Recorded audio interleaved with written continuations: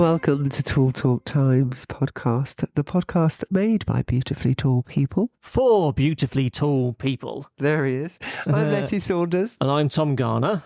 Hello, Tom. Hello, Letty. We're having a conversation off air just now, listeners, about how tall we were as children. Yes. So it's very tall. It's amazing, isn't it, how, say, a 6-year-old can look nearly 10 and everybody treats them and expects them to act a lot older than they are because they're tall. Shall I tell listeners my very sad anecdote? Start the podcast. Start the sad anecdote. Let's start on a right downer. But he's okay now, listeners. Okay now. He's all right now. So put that in first. No, it's funny the things that come back into your head. So about a week ago, I had a memory from childhood that came back to me. So when I was 7, I went to a kid's birthday party. Yeah. One of my schoolmates. And it was in this play creche, soft play area. And it looked really great. It was like, it got like cushion slides and like a little computer game room and this sort of thing. And there was climbing frames, all sorts of things. And for a 7-year-old, it looked amazing. But the people that ran it had a height limit, and there was like a height chart. So basically, if you were over a certain level, you weren't allowed in. And I remember I got there, my parents dropped me off, and I was all excited. I could see the play area through large glass windows. Yeah. And then we all queued up, and then they were measuring everybody. And then they got to me, and I was over the height limit. And it was like, I got way, way under 6 foot, obviously, because I was a child. Uh-huh. But they went, no, you're too tall, you can't come in. And the mum, who was... heartbreaking for a child. Yeah, and the mum whose birthday party it was says, basically said, please let him in. He's in the same class. Same class as the school friend. But they were insisting, they went, no. So basically there was a seating area for the adults. And I remember that I sat on the table, basically by myself, with an ice cream tub, watching the other kids playing. Did you have more fun though with your own ice cream? Not really, no. No, because I was watching the fun. And I wasn't a part of it because I was too tall. So I hope that creche has closed since then, because that was, what a way to treat... animosity. No animosity, but that's a pretty mean way to treat a child, because you can't help being tall. And obviously I was a very tall 7-year-old. So, yeah, that was fun. I don't think they can do that to children now, can they? Really? Oh, I hope they don't. Do you think I wonder if was it a safety thing, possibly? I don't know. In case I hit my head on like the low kiddie area bits that were designed for smaller children. I just don't know. Don't know why that was. I don't know, Tom. I just I know that tall kids are treated older than their years because of their height. I mean, it's a bit of a sad story, but I bring it up as just an example that, like, it's not easy being a tall adult, but it's not easy being a tall kid. And when I say child, I mean, like, not a teenager, like, below 10 years old. It can be quite an issue. Having said that, to end it on a positive, when I rule the world, all the creches in the world will have no height limit. There'll be no height bar. And in fact... maybe other issues there, Tom. And in fact, I might pass a law to mean that play creches can be as big as they like. Just giant ones. Huge acres of play areas. How does that sound? Yeah, it's called a garden. Oh, yeah. Play in the garden. Don't give me the truth.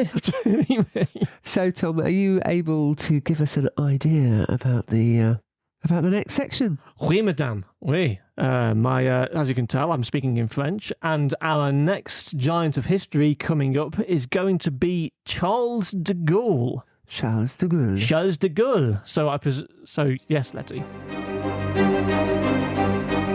Charles de Gaulle. Charles de Gaulle, yes. So that's our giant of history for this week. So Letty, I presume you've heard of Charles de Gaulle. Of course. Yes. So Charles de Gaulle, as everyone probably knows, he was the president of France during 1959 to 69. For our purposes, he was 6'5" tall. 6'5". I didn't realise he was that tall. He was a very tall man. So last time we spoke, our giant of history was Christopher Lee, and he's famous as a tall actor. But Charles de Gaulle, same height as Christopher Lee, pretty massive. And Charles de Gaulle has a massive history away from his height. So he's born in the city of Lille in northern France in 1890. And he was a French army officer and statesman, and he became the 18th president of France in the late 1950s. So de Gaulle dominates the history of France during the mid-20th century. And interestingly, his surname de Gaulle, they reckon it's actually Dutch in origin, but to Anglophone audiences, as in English-speaking audiences, Gaul was the ancient Roman word for what is now France. So if you're an English speaker, hearing Charles de Gaulle literally means the equivalent of Charles of France, more or less. So Charles de Gaulle, he starts his career as an army officer. During the First World War, he's very young and he fights with distinction on the Western Front. So he's wounded several times. He receives the Croix de Guerre medal for bravery. That's roughly equivalent to the Victoria Cross. Oh, great. Yeah. During the Battle of Verdun in 1916, so that's a terrible apocalyptic battle, he was bayoneted by a German soldier. And taken prisoner, and he remained in captivity for the rest of the war, despite attempting to escape 5 times. He tried, but 5 times he failed. But the will was there. And after the war, he remained in the French army as a career officer, and by the time World War II broke out, he was a general in charge of armoured tank units. So in 1940, of course, France fell to Nazi forces. But de Gaulle was one of the few people in the high command who refused to accept defeat, and he fled to Britain, where he exhorted the French people to continue the fight in a famous BBC radio broadcast, which he made on the 18th of June 1940. And from that time on, he became the leader of what was known as Free France, and that meant the exiled government in England and the accompanying Free French military forces. Now, the Free French, they fought the Axis, that's Germany, Italy, and Japan. And the Vichy French, they were the pro-Nazi French forces in almost every campaign from North Africa, the Middle East, and Indochina. And it was de Gaulle who commanded them. Fast forward a few years, in 1944, the Free French participated in the Normandy landings on D-Day. And de Gaulle was able to triumphantly liberate Paris a few months later. Wow. So when the war ends in 1945, the Free French are actually the 4th largest Allied army in Europe, they numbering over 1 million men. And when France was liberated, de Gaulle headed its provisional government to make sure that France got back on its feet. Yeah. About a decade later, in 1958, he was instrumental in rewriting the French constitution, and he established the 5th French Republic, with himself serving as first as Prime Minister and then President. Now, I should say the 5th Republic is still France's current political arrangement, so he's had a very significant impact on the way France is governed to the present day. As President, he granted independence to Algeria, which was a French colony. He oversaw the development of France's nuclear deterrence. He also famously twice vetoed Britain's entry into the European Economic Community, which was a forerunner of the EU. Yeah. And he was president during the civil unrest that occurred in France during 1968. Some people at the time thought France might fall into civil war, but it didn't quite happen. After 1968, he retired in 1969, and he died only a year later, with the then president Georges Pompidou stating, "General de Gaulle is dead. France is a widow." Oh, so he's clearly a towering figure in more ways than one. Now, for our purposes, like I said, he's very tall. He's 6'5". During military training as an officer cadet in the early 1910s, his fellow officer cadets would take the mick out of him, and their nickname for him was the Great Asparagus. what? Yeah, so imagine what asparagus looks like. It was because of his skinny height, his prominent nose, and his high forehead. So basically, they were basically calling him a vegetable, but a lanky vegetable at that. So that's not very nice, is it? That's horrid. Horrible. That is ridiculous. But that's cadets for you. You know, they've got a very blunt sense of humour at times. But we shouldn't feel too sorry for him, because de Gaulle was quite a... how can I put it? He was a difficult man. So, for example, during World War II, this is what Winston Churchill said about de Gaulle. He is selfish, he is arrogant, he believes he is the centre of the world. which, considering that these two are very close allies, ostensibly, that's a pretty damning indictment. And Churchill wasn't the only one to criticise de Gaulle. In fact, so Dwight D. Eisenhower, who, bear in mind, he was the supreme Allied commander in Europe during World War II. Yeah. And he later became American president during the 1950s. Now, in 1954, France was experiencing political turmoil, and Eisenhower was concerned about the state of the country. And he discussed with an American general whether de Gaulle was the best choice. And he decided that he wasn't the best choice, and he used his height to kind of damn de Gaulle. And I found this very kind of, very terse statement. Okay. So Eisenhower said, "The only hope for France is to produce a new and inspirational leader. Yeah. And I do not mean one that is 6'5" and considers himself to be the offspring of Joan of Arc." Wow. So, ouch. Yeah, ouch. Do you think Churchill was a little bit of height jealousy there, Tom? I don't think so. I think the situation during World War II was France had obviously fallen, and it had no internal territory to assert itself as a great power. But de Gaulle insisted on France being equal in all negotiations between the Allies, on a par with Britain, America and the Soviet Union. Yeah. And Churchill while Churchill sympathised greatly with the plight of the French, de Gaulle's arrogance got to him. And you could argue de Gaulle was just being relentless on behalf of his country, which is of course the right thing to do. But the way he went about it was not very diplomatic, shall we say. Yeah. Yeah. And so what was left was great antipathy between France, Britain and the United States, hence why de Gaulle was vetoing Britain later on in the 1960s. But to end it, I've given quite a bad impression of de Gaulle. Have you? Just a little bit. I said some positivity in there. Well, some positivity. He did lead the French in their hour of need, for example, and he managed to unify the Free French, and he gave France its pride back. So he had got his virtues. And I should say as well, when it comes to his height, he may have appeared arrogant outwardly in public, but in private he was quite insecure about his appearance. And I found an interesting, quite revealing quote that he privately told his future education minister, "We people are never quite at ease. I mean giants. The chairs are always too small, the tables too low, the impression one makes too strong." Now that's quite interesting. He's basically saying, I'm not at ease with myself. I literally can't fit anywhere. Yeah.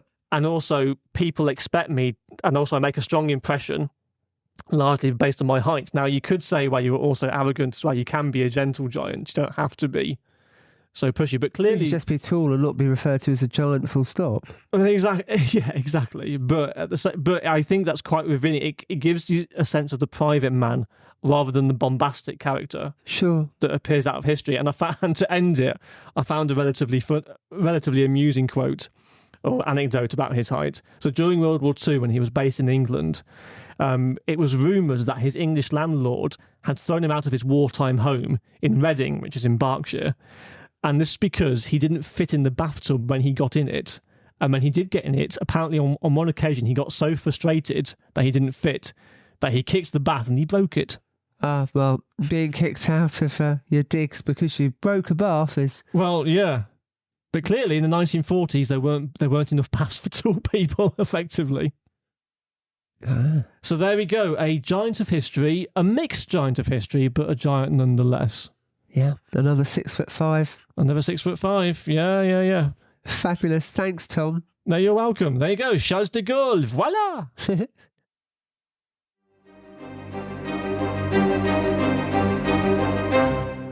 Hey, Tom. Hi. Do you know, probably guess, the mean height of male and female around the world? Can I guess? Yeah. A mean height?